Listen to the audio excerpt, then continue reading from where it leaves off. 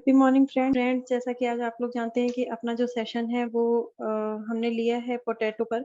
और आप लोगों की एक काफ़ी ज़्यादा रिक्वायरमेंट थी कि आपको पोटैटो पर एक सेशन मिलना चाहिए। तो इसी को ध्यान में रखते हुए हमने पोटैटो का आज सेशन लिया है और उम्मीद करती हूँ कि आज के सेशन से आप लोगों को अच्छी जानकारी मिलेगी और आप लोग जो भी प्रोडक्ट्स अपने यूज़ करना चाहते हैं, जैसा भी आप लोग पोटैटो फार्मिंग कैसे-कैसे स्टेप्स में की जाती है, ज़्यादा से ज़्यादा प्रोडक्शन कैसे लिया जाता है, तो इसके बारे में आज हम सीखेंगे, ठीक है? आगे बढ़ने से पहले एक चीज़ ये बताना चाहती हूँ कि अगर आप लोगों का कोई भी क्वेश्चन होता है, तो आप लोगों को जो ट्रेनिंग सेशन में लास्ट में टाइम हो दिया जाता है क्वेश्चन आंसर के लिए, उसमें आप लोग अपना कोई भी क्वेश्चन पूछ सकते हैं। और मैं पूरी कोशिश करती हूँ कि आप लोगों के जितने भी क्वेश्चंस हैं उसकी मैं आप लोगों को अच्छी जानकारी दे सकूँ और एक सटीक जानकारी दे सकूँ, जिससे कि आप लोगों को कुछ ना कुछ प्रॉफिट ज़रूर हो। चलिए हम स्टार्ट करते हैं आलू के बारे में। पोटैटो मीन्स आलू की फसल के बारे में। तो इंट्रोडक्शन हम देखते हैं। ये जो आलू है उसके बारे में एक छोटी-सी चीज़ बताऊँगी मैं कि आलू भारत में सबसे इम्पोर्टेंट जो है फूड माना जाती है या एक क्रॉप मानी जाती है कि और दूसरी चीज़ कि तमिलनाडु और केरल को छोड़कर आई थिंक पूरे भारत में आलू पैदा किया जाता है। और आलू की जो औसत उपज होती है वो 152 क्विंटल पर हेक्टेयर के अकॉर्डिंग होती है ना? जैसे पूरे विश्व में आलू की खेती की जाती है, मतलब पूरे वर्ल्ड में आलू की खेती की जाती है, लेकिन भारत में भी आलू की जो है बहुत लार्ज स्केल पर खेती की जाती है।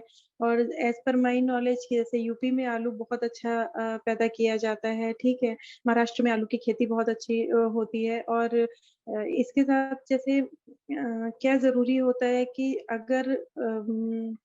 अगर आलू की अच्छी पैदावार आप चाह रहे हैं, ठीक है? तो उसके लिए ज़रूरी है कि बहुत ही उन्नत किस्म के बीज आपके पास में हों और बहुत ही उन्नत मतलब जो बीज हैं, वो रोग रहित होने चाहिए, है ना?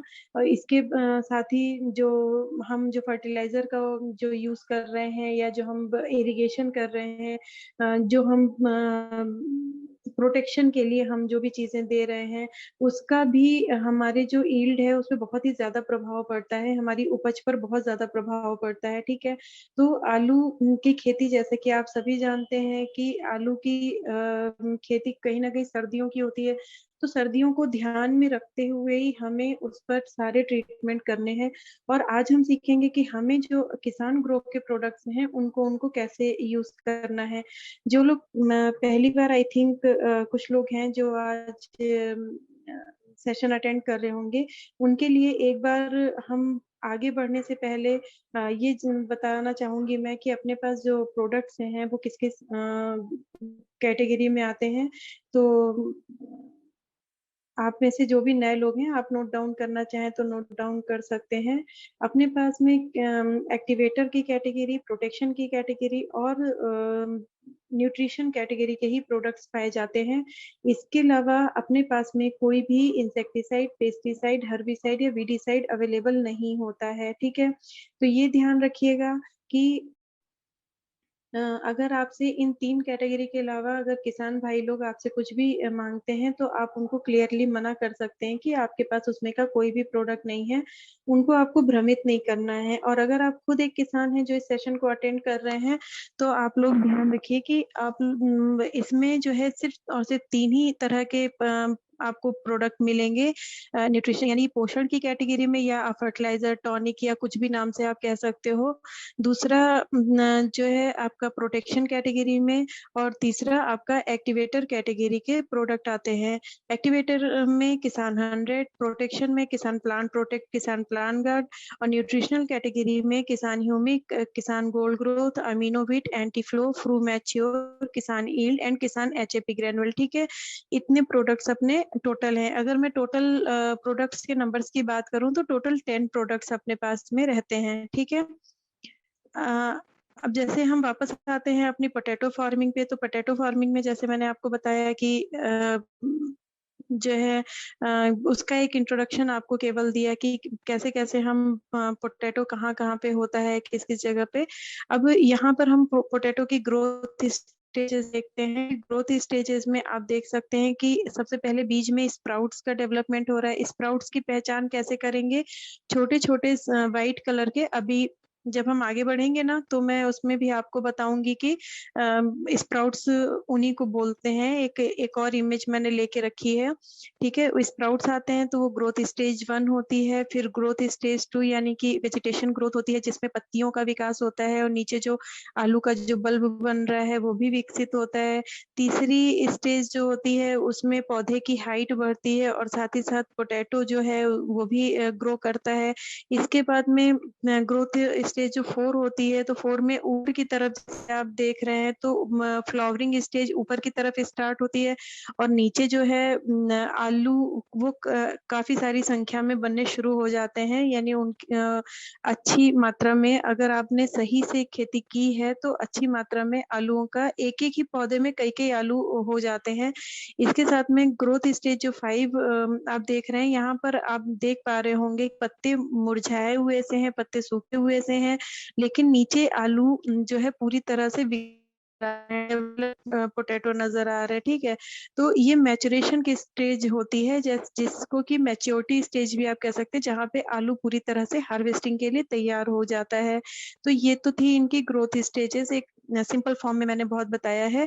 अभी और अगर मैं बात करूँ आलू की कि आलू की जो है टोटल कितने दिन की अगर क्रॉप होती है, तो जैसे इसमें आप अगर नोट करना चाहें तो आप नोट भी कर सकते हैं कि आलू जो है वो टोटल 90 से 120 दिन का 90 से 120 दिन की क्रॉप होती है, मतलब जो सीड ग्रोइंग है उससे लेकर के और हार्वेस्टिंग तक के लिए, ठीक है? और जो मैं अभी आपने पहली स्टेज देखी यहाँ पर कि स्प्राउट डेवलपमेंट है, तो यहाँ पर क्या होता है, ये 15 से 30 दिन की स्टेज होती है, यानी 15 टू 30 डेज़ की। इसके बाद जब हम आगे बढ़ते हैं तो जैसे ही इसमें आप आलू देखना ना, ट्यूबर्स जैसे जो है वो स्टार्ट हो जाते हैं। तो ये जो 30 डेज़ होती है स्प्राउटिंग की, उसके बाद में 15 से 30 दिन की स्टेज फिर इसकी आती है। फिर उसके बाद में 45 से 90 दिन, मतलब जो सबसे ज़्यादा पीरियड होता है वो यही होता है, जो तीसरी से और चौथी स्टेज जो होती है, ये सबसे ज़्यादा होती है 45 डेज़ टू 90 डेज़, और हमें इसी स्टेज में सबसे ज़्यादा ध्यान रखना पड़ता है खेती का। क्यों? क्योंकि इसी टाइम पे सर्दी बहुत ज़्यादा हो रही होती है, पाला गिर रहा होता है, फ्रॉस्टिंग की प्रॉब्लम हो रही होती है, साथ ही साथ में ब्लाइट्स की प्रॉब्लम हो रही होती है, ठीक है? तो इन सब से बचने के लिए और तो हमें 45 से 90 दिन का जो स्टेज होता है, ऑलमोस्ट 1.5 महीने का जो स्टेज होता है, उसमें हमें ज़्यादा केयर करनी है और उसी टाइम के दौरान पे हमको अपने प्रोडक्ट्स को, जो किसान ग्रो के जो प्रोडक्ट्स हैं, उनको बहुत अच्छे तरह से हमको क्रॉप को देना है, जिससे कि जब 5th स्टेज आए, तो तब तो हमें कुछ देने की ज़रूरत ही नहीं पड़ती, तो आलू हमारा बहुत अच्छे तरीके से तैयार हो जाए, ठीक है? तो ये ध्यान में रखिएगा। अब आगे बढ़ते हैं तो यहाँ अब देखते हैं कि हमें कैसे-कैसे रिक्वायरमेंट होती है कि क्लाइमेट में बात करती हूँ कि क्लाइमेट कैसा होना चाहिए। देखिए क्लाइमेट की अगर यहाँ बात करूँ तो जैसे आप सभी जान रहे हैं कि आलू जो होती है वो रबी की फसल है, यानी सर्दियों में बोई जाने वाली फसल होती है ना, अभी इसका सीज़न भी आ गया है बोने के लिए। तो इसके लिए जो जलवायु होती है ना? वो बहुत ज़्यादा टेम्परेचर नहीं होना चाहिए। अगर फ्लावरिंग और प्लांट की जब ग्रोथ हो रही है तब तो टेम्परेचर थोड़ा ज़्यादा है तो चलेगा, लेकिन जब ओके अ जब टेम्परेचर बहुत हाई है, ठीक है? तब मतलब वो तो ग्रोथ के लिए अच्छा है किसका? जो मतलब कि पोटैटो का जो प्लांट डेवलप हो रहा है, जो लीफ जो अच्छे से डेवलप हो रही है, उनके लिए। लेकिन जो बल्ब बन रहा है, पोटैटो का जो बल्ब है, वो आपका हमेशा ध्यान रखिएगा कि वो हमेशा सर्दी में ही बहुत अच्छा बनता है। मतलब उसके लिए जो टेम्परेचर है, वो हमेशा ही डाउन रहना चाहिए, ठीक है? अब बात करते हैं कि सॉइल बेस्ट सॉइल कैसी होती है, तो जो सॉइल है वो सबसे अच्छी होती है लोमी सॉइल, ठीक है, या सैंडी लोम सॉइल जो होती है, जिसको बलुई दोमट मिट्टी हम बोलते हैं, वो सबसे अच्छी होती है। और इसके लिए जो पीएच लेवल अगर हम बात करें तो पोटैटो क्रॉपिंग के लिए, और ये जो पीएच लेवल है, अगर आप ऑर्गेनिक पोटैटो की खेती करते हैं तो उसके लिए भी दी बेस्ट पीएच लेवल है, इज ओनली 4.8 टू 5.4 का होना चाहिए। तो पीएच लेवल हमको मेंटेन करना बहुत जरूरी है। और पीएच लेवल अगर बहुत ज्यादा है तब भी आपके आलू जो हरा आप जानते हैं ना, जो हरा आलू यानी ग्रीन ग्रीन आलू आता है उसको हम रिजेक्ट कर देते हैं, वो हानिकारक होता है, या पिंकिश आलू होता है उसको हम रिजेक्ट कर देते हैं, वो नहीं खाते हैं। तो ये सब बहुत तरह की बीमारियां आलू में आने लगती हैं, उनकी पैदावार अच्छी नहीं होती, उनकी किस्म अच्छी नहीं होती। तो यहाँ पर ये ध्यान रखना है कि जो पीएच लेवल है, अगर हो सके तो आप प्लीज पोटैटो की खेती करने से पहले, पोटैटो फार्मिंग से पहले आप अपनी मिट्टी को पीएच लेवल जरूर एक बार चेक करा लें। और पीएच लेवल अगर 4.8 से कम है तो उसको बढ़ाने के लिए आप जो है प्रोडक्ट यूज करिए, और अगर पीएच लेवल 5.4 से ज्यादा आ रहा है तो उसको कम करने के लिए आप पीएच बैलेंसर्स का यूज कर सकते हैं, ठीक है। आगे बढ़ते हैं। अब लैंड प्रिपरेशन हमको कैसी करनी चाहिए, ठीक है।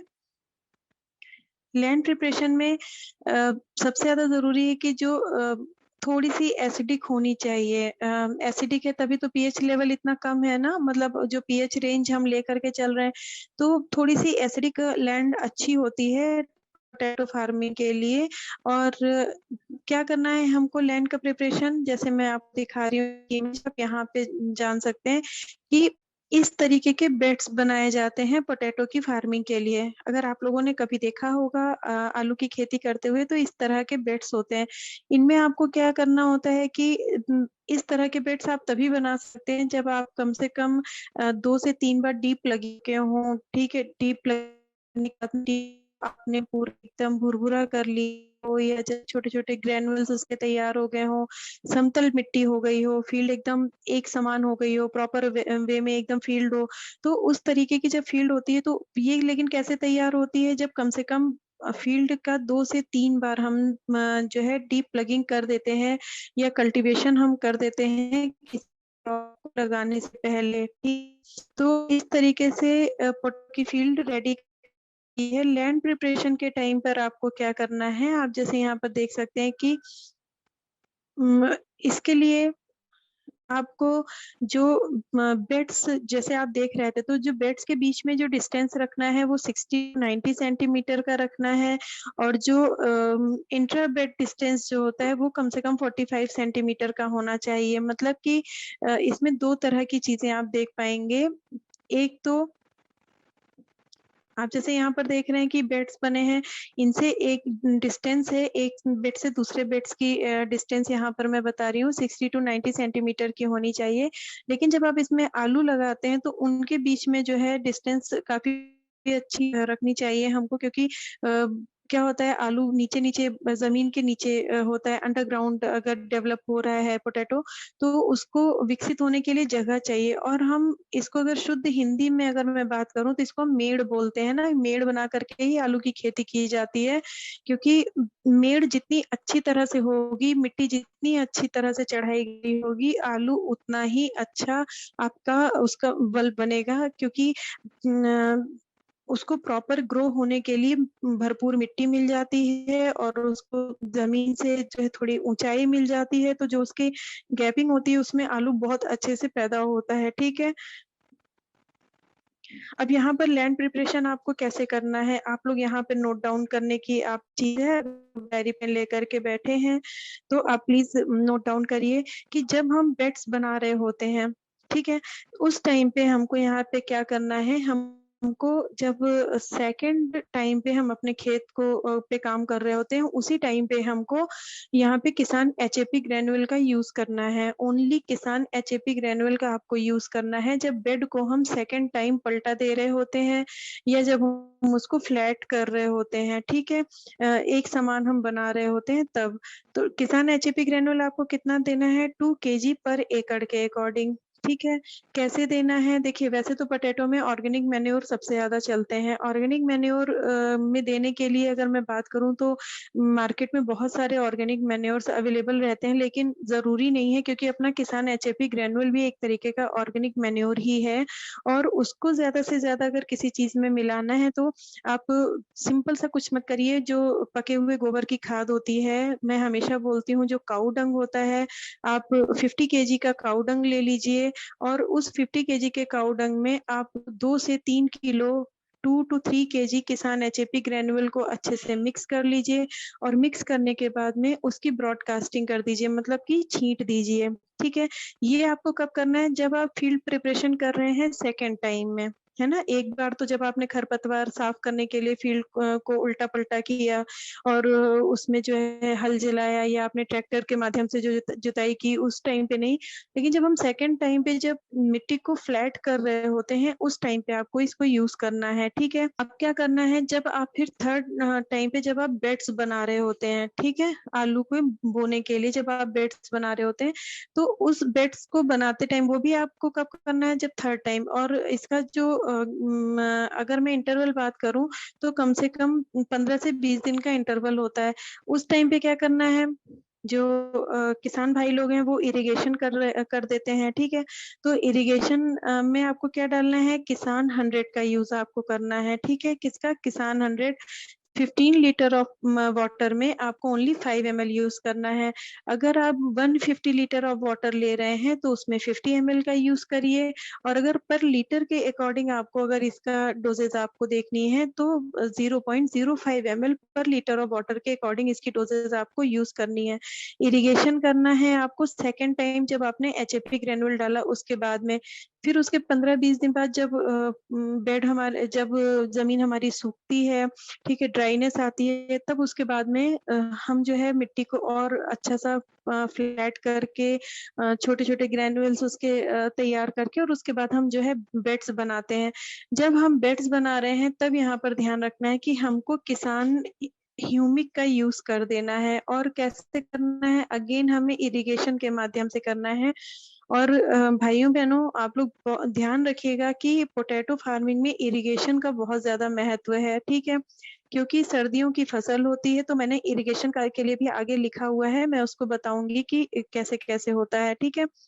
अब ये तो हो गई आपकी लैंड प्रिपरेशन, ठीक है? इस इमेज से आपको समझ में भी आ गया होगा कि कैसे-कैसे करना है। अब नेक्स्ट आते हैं कि जो आलू बुआई का जो समय है, वो सबसे अच्छा कौन-सा होता है और प्लांटिंग मेथड हमको क्या लेना चाहिए, ठीक है? तो अब यहाँ पर जो आलू की अगर मैं बात करूँ कि बुआई का जो समय है, तो जो उत्तर भारत में, है ना? नॉर्थ इंडिया जो है अपना, नॉर्थ इंडिया में पाला बहुत ज़्यादा पड़ता है और आलू को बढ़ने के लिए बहुत कम समय मिलता है, ठीक है? तो लोग क्या करते हैं, अगेती बुआई करते हैं। अगेती बुआई माने कि जब उसका टाइम उसके पहले से ही उसको बोना शुरू कर देते हैं। लेकिन ऐसे क्या होता है कि टाइम ड्यूरेशन तो उनको बहुत ज़्यादा मिल गया, लेकिन यील्ड बहुत अच्छी नहीं हो पाती है, उपज अच्छी नहीं हो पाती है, क्यों? क्योंकि कोई भी जो क्रॉप है, ये हमेशा ध्यान रखिएगा कि कोई भी जो क्रॉप होती है, वो हमेशा सीज़न के अकॉर्डिंग ही करनी चाहिए। बहुत ज़्यादा अगेती फसल पे हमको नहीं जाना चाहिए क्योंकि जब तक पता चला अभी क्या होता है, लोग क्यों बोलते हैं कि हमारी फसल खराब हो गई, बेमौसम बारिश हो रही है। भैया बेमौसम बारिश नहीं हो रही, बारिश अपने सही टाइम पे ही होती है। कभी-कभार बारिश जो है नहीं हो रही या कभी-कभार बेमौसम होती है, लेकिन मोस्टली बारिश अपने टाइम पे ही है। लेकिन लोग क्या करते हैं, अगेती फसल बोते हैं, टाइम से पहले ही बो देते हैं, तो उसमें क्या हो जाता है कि जब तक उनकी फसल तैयार होके खेत में खड़ी होती है, बारिश का सीज़न आता है, तो उनकी फसल खराब हो जाती है।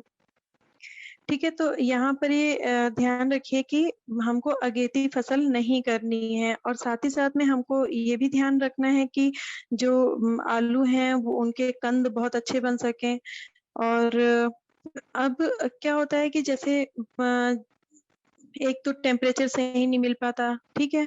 उसके बाद में उनका जो जर्मिनेशन है वो बहुत अच्छे से नहीं हो पाता। फिर क्या होता है कि अगर मौसम से पहले-पहले चल रहे हैं, तो वहाँ पर उसमें क्या होता है सड़ने का खतरा आ जाता है या जैसे आलू में कहते हैं ना जो जड़ गलन रोग जो होता है या जो सड़ने का जो रोग होता होता है वो आ जाता है। तो इसलिए जो है हमें कोशिश करनी चाहिए अगेती बुआई नहीं करनी चाहिए। बुआई का सबसे अच्छा समय कौन-सा होता है? जो नॉर्थ इंडिया है ना, नॉर्थ इंडिया में मतलब आलू की जो सोइंग है वो दिसंबर के लास्ट वीक तक पूरी कर लेनी चाहिए। ठीक है? कब तक? दिसंबर के लास्ट वीक तक। लेकिन जो हमारे नॉर्थ जैसे आप नॉर्थ ईस्ट की बात करें या जैसे हम नॉर्थ वेस्ट की बात करें, उत्तर पश्चिम जैसे या पूर्वी उत्तर जो है पूर्वी भारत जो होता है, वहाँ पर हमको कब करनी चाहिए? अक्टूबर मंथ में। आप लोगों के यहाँ शायद अक्टूबर मंथ में ही आलू की बुआई करते हैं, इसीलिए आप लोगों ने आलू के बारे में आप सेशन आप लोग करना चाहते थे, राइट? है ना? तो आप लोगों के यहाँ का टाइम है, अगर जो जिन लोगों के अक्टूबर में पूरा जो है अक्टूबर के फर्स्ट वीक तक आलू की खेती की जाती है, तो उनके लिए आज का सेशन बहुत लाभदायक होने वाला है।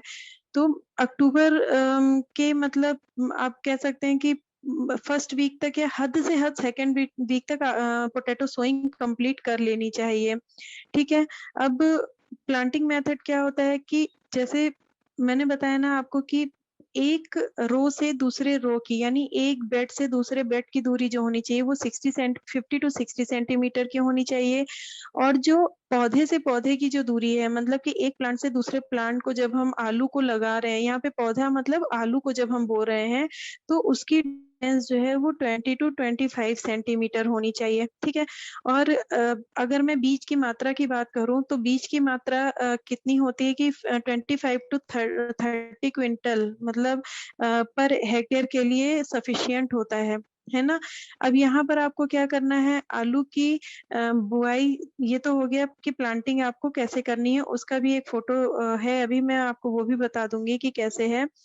तो अब यहाँ पर हम बात कर रहे हैं सोइंग मेथड की। ठीक है? सोइंग मेथड कैसे है कि जब हमारे जो प्लांट्स हैं आलू के, उसमें अगर हम फासला बहुत कम रखते हैं, मतलब डिस्टेंस हम बहुत ही कम रखते हैं, जैसे मैंने अभी पहले भी बताया कि डिस्टेंस अच्छा होना चाहिए। उसके अच्छा क्यों होना चाहिए? जिससे कि उनमें जो सनलाइट है वो अच्छी तरह से जा सके, जो पानी है वो हम जो दे रहे हैं वो अच्छे से हर प्लांट को मिल सके, और जो पोषक तत्व हम जो डाल रहे हैं वो जो है हर प्लांट को इक्वली उसका लाभ मिल सके।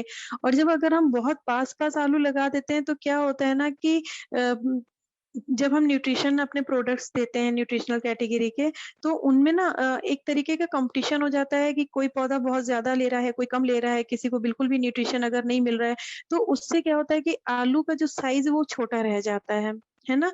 और आपने देखा होगा कि आलू वही पसंद किया जाता है जो मतलब अच्छे सबसे ज़्यादा अगर मैं बात करूँ, मेरे पास जो क्वेरी आती है, वो ये आती है कि मैम आलू को का साइज़ बढ़ाने के लिए हमको कोई प्रोडक्ट चाहिए, है ना? तो यहाँ पे क्या होता है, अगर हम डिस्टेंस प्रॉपर नहीं रखते, ये पहला स्टेप है। अगर आपको आलू का साइज बड़ा चाहिए तो पहला स्टेप आपको ध्यान में रखना है कि उनके बीच का डिस्टेंस आपको प्रॉपर रखना है। अगर आप प्रॉपर डिस्टेंस नहीं रख रहे हैं तो आपका जो आलू है, आप कितना भी अच्छी आप कोई भी न्यूट्रिशनल वैल्यू का आप प्रोडक्ट इस्तेमाल कर लीजिए, लेकिन उनका साइज बहुत अच्छा नहीं हो पाएगा। तो ये फर्स्ट स्टेप याद रखिएगा आप लोग, ठीक है? तो अब क्या होता है कि और अगर यहाँ पे देखो दूसरी चीज क्या होती है, कंट्राडिक्टरी है कि अगर हम बहुत ज्यादा फासला रखते हैं तो क्या होती है, पौधों की संख्या कम हो जाती है, तो उससे आलू का साइज और वेट तो बढ़ेगा लेकिन पैदावार कम हो जाएगी, है ना? उपज कम हो जाएगी।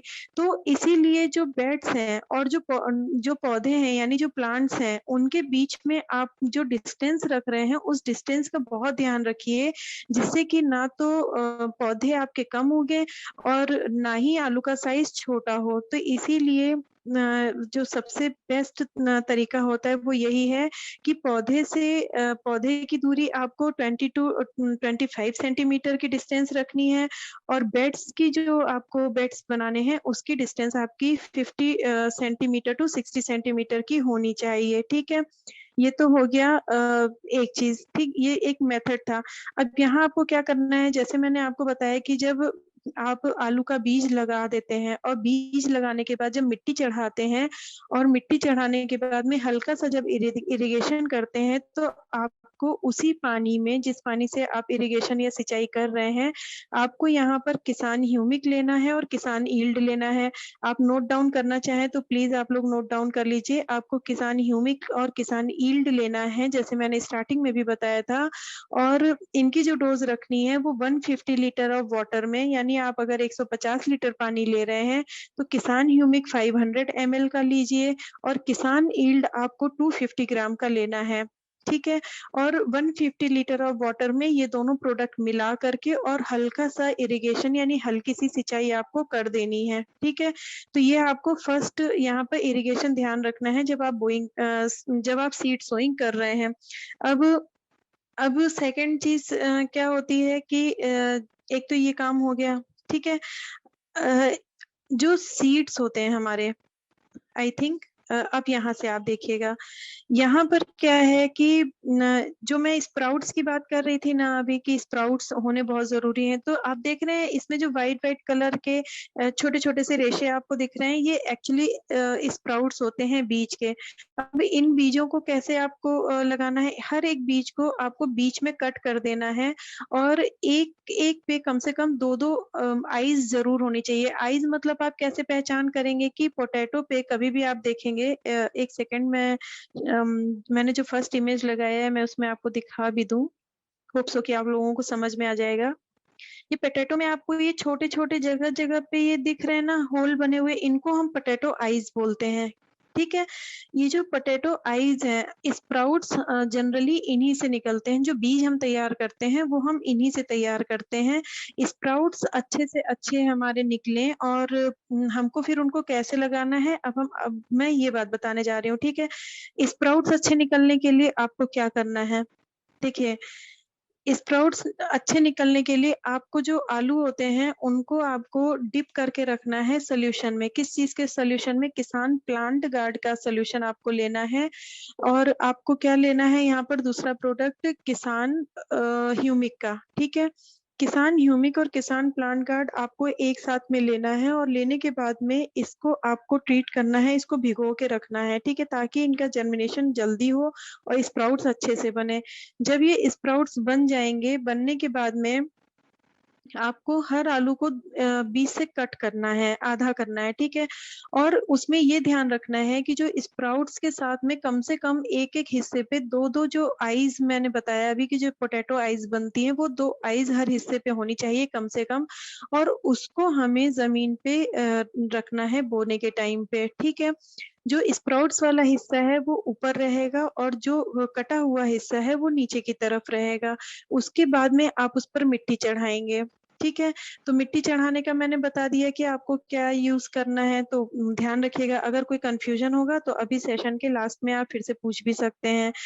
ये तो हो गई इसकी टोटल की कैसे हमको अपने बीजों को बोना है, ठीक है। और डिस्टेंस भी मैंने आपको बता दिया है, आप सबने नोट कर लिया होगा। नेक्स्ट ज्यादा बात कर रही थी कि हमको देखिए, नेक्स्ट हम इरिगेशन में जाने से पहले मैं बात करूंगी कि अगर आपको आलू लेने हैं तो उनका वेट भी बहुत मायने रखता है आलू की यील्ड को बढ़ाने के लिए। तो वेट कितना होना चाहिए कि अगर आपको बहुत अच्छा प्रॉफिट आलू से लेना है तो कम से कम 3 सेंटीमीटर से 3.5 सेंटीमीटर का उनका आकार होना चाहिए।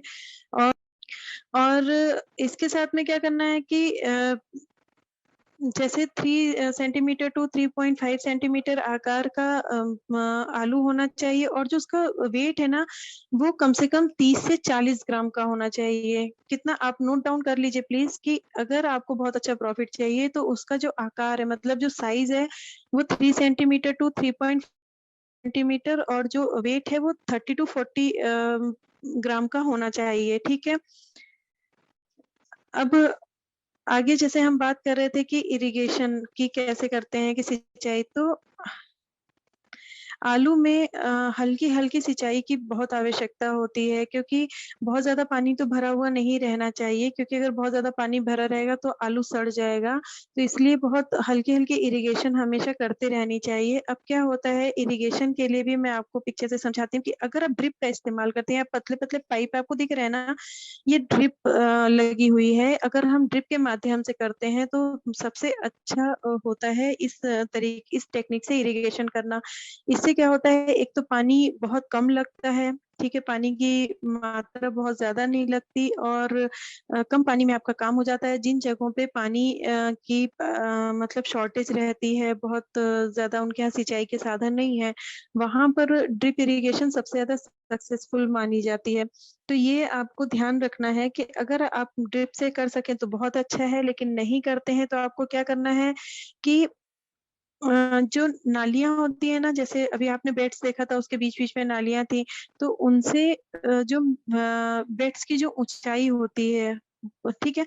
उनके और जो बेड की ऊँचाई उसमें बहुत ऊँचाई तक पानी कभी नहीं होना चाहिए। हमेशा जो है 1/3 जो पार्ट होता है या जैसे कि आप अगर मैं उसमें बात करूँ शॉर्ट में तो 3/4 जो उसका पार्ट हम बात करेंगे, तो उससे ज़्यादा ऊँचाई का पानी नहीं होना चाहिए, मतलब कि आधे से भी कम में, ठीक है? जबकि आपके अगर मेड़ों का साइज़ आपने अगर बराबर लिया है तो, ठीक है? अब पहली सिंचाई कब करनी है आपको? जब पौधे उग जाते हैं, ठीक है? पौधे जब उग जाते हैं, तब उसके बाद में पहली सिंचाई करनी है, उसके बाद दूसरी सिंचाई उसके 15 दिन बाद में करनी है। फिर मतलब कि 15 दिन बाद में क्या होता है, आलू बनने की प्रक्रिया स्टार्ट हो जाती है, फूलने की प्रक्रिया स्टार्ट हो जाती है, ठीक है? और जब हम उसमें बल्ब बन रहे होते हैं, आलू के जब कंद बन रहे होते हैं, तो वहाँ पर पानी की कमी नहीं होनी चाहिए, ठीक है? अगर पानी की कमी हो गई उस टाइम पर तो उसका बहुत ही बुरा इफ़ेक्ट आता है, साइड इफ़ेक्ट आता है कि आलू पूरी तरह से डेवलप नहीं कर पाता। तो अगर जनरल लैंग्वेज में बात करूँ तो कम से कम 10 से 12 दिन का इंटरवल टाइम होना चाहिए सिंचाई करने का, ठीक है? और जो जैसे अभी हम स्टार्टिंग में बात कर रहे थे कि जो हमारा ईस्ट इंडिया है, ईस्ट इंडिया में अक्टूबर के से और जनवरी तक जो भी फसल हम बुआई कर रहे हैं, उसमें सिर्फ़ पूरी क्रॉप के पूरे सीज़न भर में 6 से 7 सिंचाइयों की ज़रूरत होती है। अब यहाँ पर आपको ये ध्यान रखना है कि आपको आलू में जब आप सिंचाई कर रहे हैं, तो सिंचाई के टाइम पर ही आपको कुछ-कुछ प्रोडक्ट्स को देना है, उसकी हम आगे बात करेंगे, ठीक है? अब यहाँ पर आती है फर्टिलाइज़ेशन कैसे कर रहे हैं, ठीक है? आप लोगों को आई होप आज जो इमेजेस लगी हैं, इनसे काफ़ी कुछ समझ में आ रहा होगा कि किस-किस हाइट तक क्या-क्या चीज़ें करनी हैं और कैसे-कैसे आलू ग्रो करता है, बेड्स कैसे बनाने हैं। चलिए अब हम बात करते हैं कि इसमें कैसे-कैसे हमको अपने प्रोडक्ट्स का यूज़ करना है, ठीक है? देखिए जैसे आप सभी जानते हैं कि हल्की-सी एसिडिक सॉइल की ज़रूरत होती है आलू में, ठीक है? तो आलू में और उसका पीएच कितना होना चाहिए 5.4 से ज़्यादा का पीएच नहीं होना चाहिए, मैंने स्टार्टिंग में ही बताया था आपको, ठीक। अब इसमें क्या है कि अगर खारापन नहीं है, ठीक है, मिट्टी में तो उसका साइड इफ़ेक्ट क्या होता है? आप लोग कभी-कभी घर पे सुना होगा ना कि शिकायत करते हैं कि आलू बड़े मीठे आ रहे हैं, आलू का टेस्ट अच्छा नहीं आ रहा है और खाने में स्वाद नहीं आ रहा है, जो आलू का ओरिजिनल टेस्ट होना चाहिए, वो नहीं मिल पा रहा है। ये इसकी शिकायत क्यों आती है? कभी नोटिस किया है कि इसकी शिकायत क्यों आती है? देखिए, इसका रीज़न ही यही है कि सॉइल जो है बिल्कुल ही एसिडिक नहीं है या पीएच लेवल उसका बहुत अच्छा है, अच्छी मात्रा का है, मतलब 6 से 8 का पीएच लेवल है, तभी आलू में मिठास आ जाती है।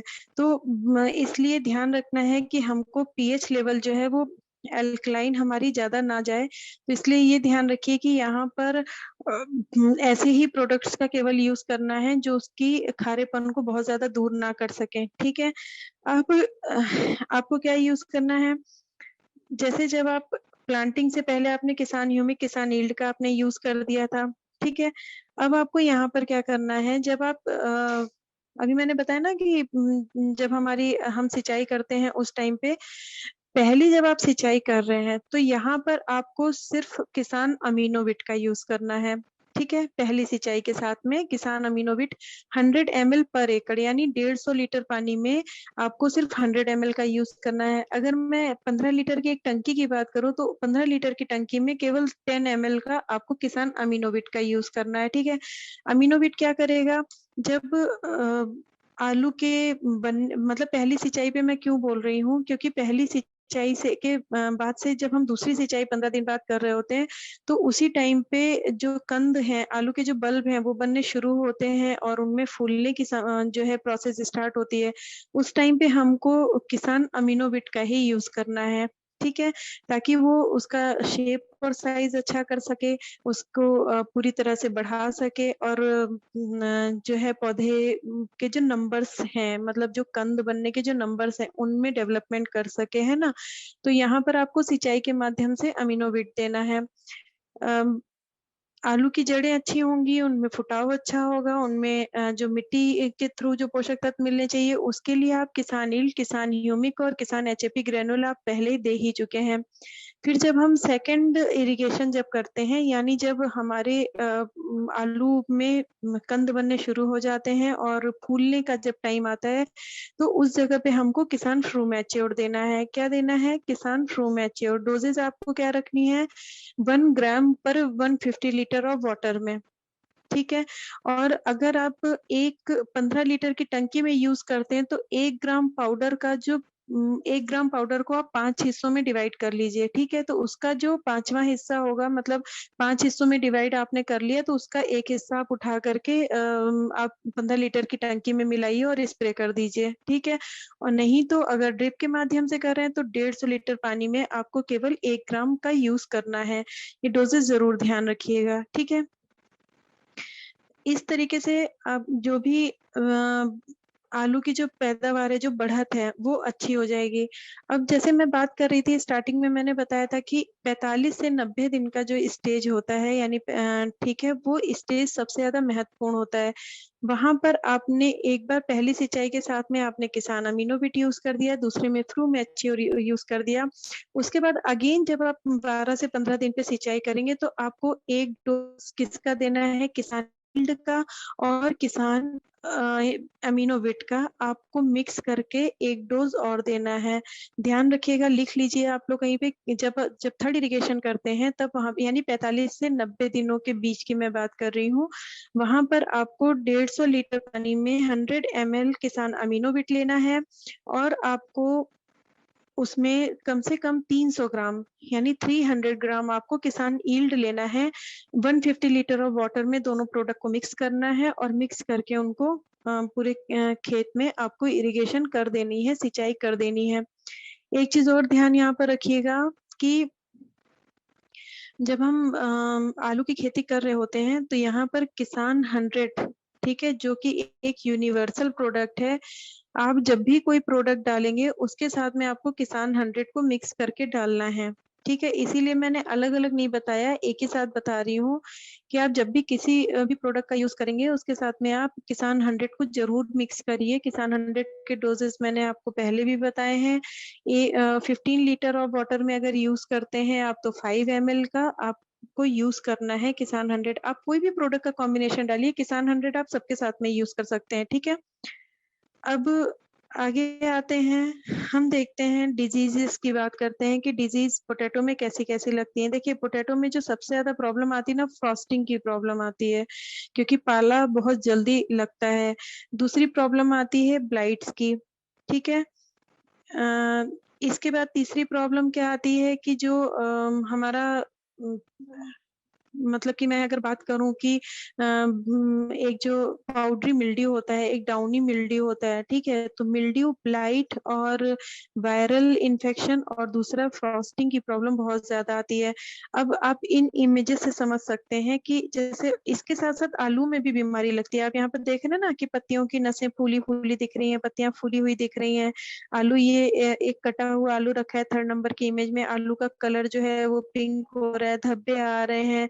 तो सही से नहीं हो रहा। एक दूसरे आप यहाँ पर भी इमेज से देख सकते हैं कि पत्तियों पे इस तरह का अगर आपको इमेज दिख रहा है, जो ए नंबर का इमेज है वो एक तरह की ब्लाइट कह सकते हो आप, फंगल डिजीज है। दूसरे नंबर का जो इमेज है वो आपका जो है एक वायरल डिजीज की पहचान होती है। जो थर्ड नंबर है ये भी एक वायरल डिजीज है।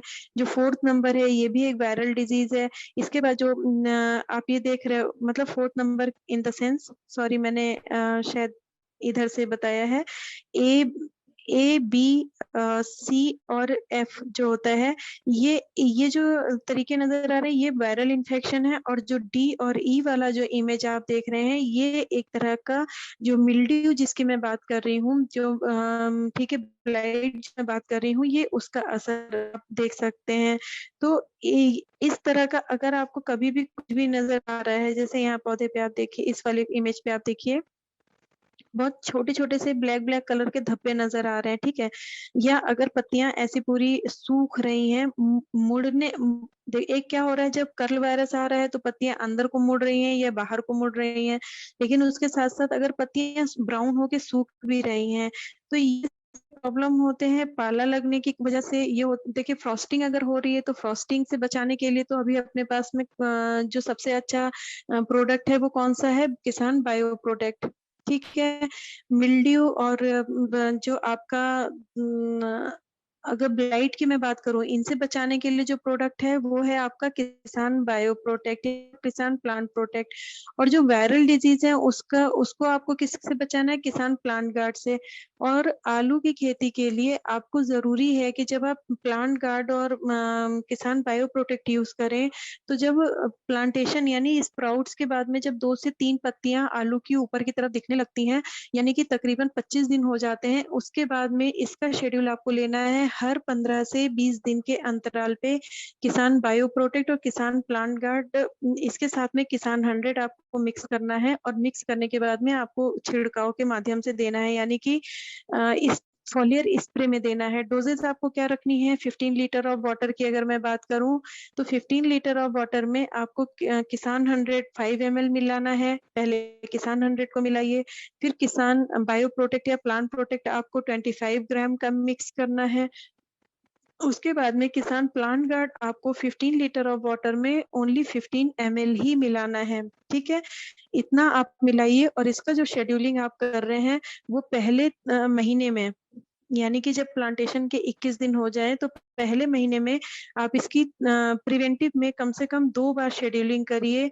उसके बाद में मंथली जब आप कर रहे हैं, जब सेकंड मंथ में जा रहे हैं तो उसमें भी आपकी 2 बार कम से कम ये दवा का शेड्यूल जाना चाहिए, तो बीमारियां नहीं आएंगी। और अगर बीमारियां इसके बाद भी आ रही हैं तो फिर इसके डोजेस को आप 1 महीने में 3 बार भी शेड्यूल कर सकते हैं। अगर प्रिवेंटिव यूज कर रहे हैं तो शेड्यूलिंग 2 बार की करिए 15-15 दिन पे। और अगर आप क्यूरेटिव यूज कर रहे हैं, बीमारी आने के बाद ही यूज कर रहे हैं, तो उसकी 3 शेड्यूलिंग में आपको ये कॉम्बिनेशन चलाना है, ठीक है। अब इसके बाद आती है कि पोटैटो की हार्वेस्टिंग कैसे करते हैं, ठीक है। इसके साथ में आपको एक चीज और भी बताऊंगी कि आलू में खरपतवार जो है ना वो नहीं उगनी चाहिए। तो इसके लिए जैसे बुआई के 7 डेज के अंदर अंदर, ठीक है, बुआई के 7 दिनों के अंदर अंदर जो हर्बिसाइड्स होते हैं या जो वीडीसाइड होते हैं वो आपको ले करके और उसका छिड़काव कर देना है, उसमें जो रिकमेंडेड डोजेज हैं उनको ध्यान में रखते हुए, ठीक है। ये अगर इस तरीके से आज आप लोग इसको समझ पाए होंगे आज के ट्रेनिंग सेशन को, तो आप लोगों को इससे बहुत फायदा मिलेगा, ठीक है। अब इसके बाद में हम बात करते हैं कि जैसे कीट पतंगे कौन कौन से आते हैं, ठीक है। हार्वेस्टिंग से पहले मैं बात करूंगी, मैं कीट पतंगों पे इसलिए बात नहीं करती हूँ क्योंकि हमारे पास कीटनाशक नहीं है, लेकिन फिर भी मैं आप लोगों को बता दे रही हूँ। जैसे क्या होता है कि ट्यूबर मॉथ आता है, ठीक है, जैसिड आ जाता है या एफिड आ जाता है, जिसको हम तेला चेपा के नाम से जानते हैं, माऊ के नाम से जानते हैं, कटुआ कीड़ा के नाम से जानते हैं, या शलभ के नाम से जानते हैं। अगर इस तरह के कोई भी जैसे ट्यूबर मोथ अगर आ रहा है, ठीक है, तो इस तरह का अगर कोई भी कीड़ा आपको दिख रहा है कि फसल में है, तो उसके लिए अपनी लोकल मार्केट से आप लोग दवाई लीजिए और उसको अगर उसका इफेक्ट बढ़ाना है तो किसान 100 के साथ में मिक्स करके उसको डलवा दीजिए, ठीक है। तो क्या होता है कि और डालने का तरीका क्या होता है कि जो कटुआ कीड़े होते हैं ना, पौधों की जड़ों के पास में रहते हैं, तो नीचे-नीचे से ही जो है पौधे को वो खत्म कर देते हैं। तो उसके लिए उसका जो भी आप करिए छिड़काव, वो हमेशा ड्रेंचिंग के माध्यम से करिए, है ना? जड़ के आस-पास में आपको डालना है, जिससे कि इस तरह का कोई भी कीड़ा जैसे लग रहा है तो वो उससे बचाया जा सके। अगर एफिड एसिड है तो उसको फोलियर स्प्रे में उसकी दवाइयों को आप डाल सकते हैं, ठीक है? और इसके बाद जो नीमाटोड भी आता है, आलू की खेती में नीमाटोड की प्रॉब्लम बहुत होती है। तो नीमाटोड से अगर आपको बचाना है तो कोई भी अच्छा-सा मार्केट से आप निमेटीसाइड ले सकते हैं और उसको भी आप ड्रेंचिंग के माध्यम से आप डाल सकते हैं, ठीक है? तो उससे भी जो रूट नॉट जो नीमाटोड होता है वो कंट्रोल हो जाएगा। लेकिन यह आपको अपने यहाँ के लोकल मार्केट से ही लेना पड़ेगा, ठीक है? और बीमारियों का तो मैंने बता ही दिया, जैसे अगर आप गाँव की लैंग्वेज में बात करना चाहें तो लोग झुलसा रोग बोलते हैं, पत्ती मुड़ना रोकते हैं, मोज़ेक लग जाती है। इस तरह की बीमारियाँ, तो उसका तो इलाज मैंने अभी आपको बता ही दिया है, ठीक है?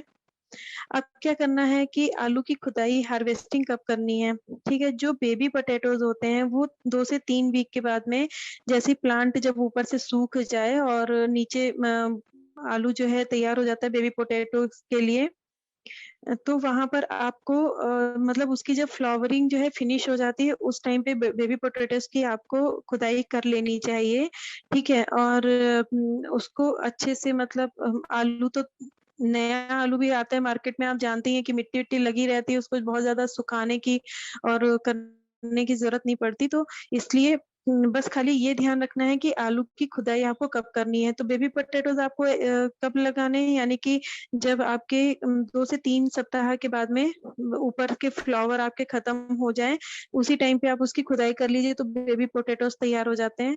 और नहीं तो जब अम आप देखिए, जब मैंने आपको मैच्योरिटी की स्टेज वाला इमेज दिखाया था ना, तो वहाँ पे मैंने बताया था कि जब मैच्योरिटी की स्टेज होती है तो प्लांट पूरी तरह से सूख जाता है ना? तो वहाँ पे आप थोड़ा खुदाई करके देखेंगे तो आलू के कंद आपके तैयार हैं और उसके जो छिलके होते हैं वो एकदम सख्त हो करके जैसे पीले रंग के दिखने शुरू हो जाते हैं, तो समझ जाना चाहिए कि यहाँ पर जो है हमारा आलू तैयार है, अब खोदने के लिए तैयार हो गया है, ठीक है? उसकी खुदाई कर ली जाती है। तो ये बेसिकली जो है सिंपल सी टेक्निक होती है उसकी खुदाई करने के लिए, ठीक है? जैसे आप देख रहे हैं ना यहाँ पर आलू खोदा जा रहा है, निकाला जा रहा है आलू, तो कहीं-कहीं पे बस पेड़ जो है गिर गया है या सूख रहा है, उसके बाद से ही उसको निकालना शुरू कर देते हैं। तो ये थी आलू के बारे में पूरी जानकारी। अब आपके लिए wish you all the infinity of wealth and health.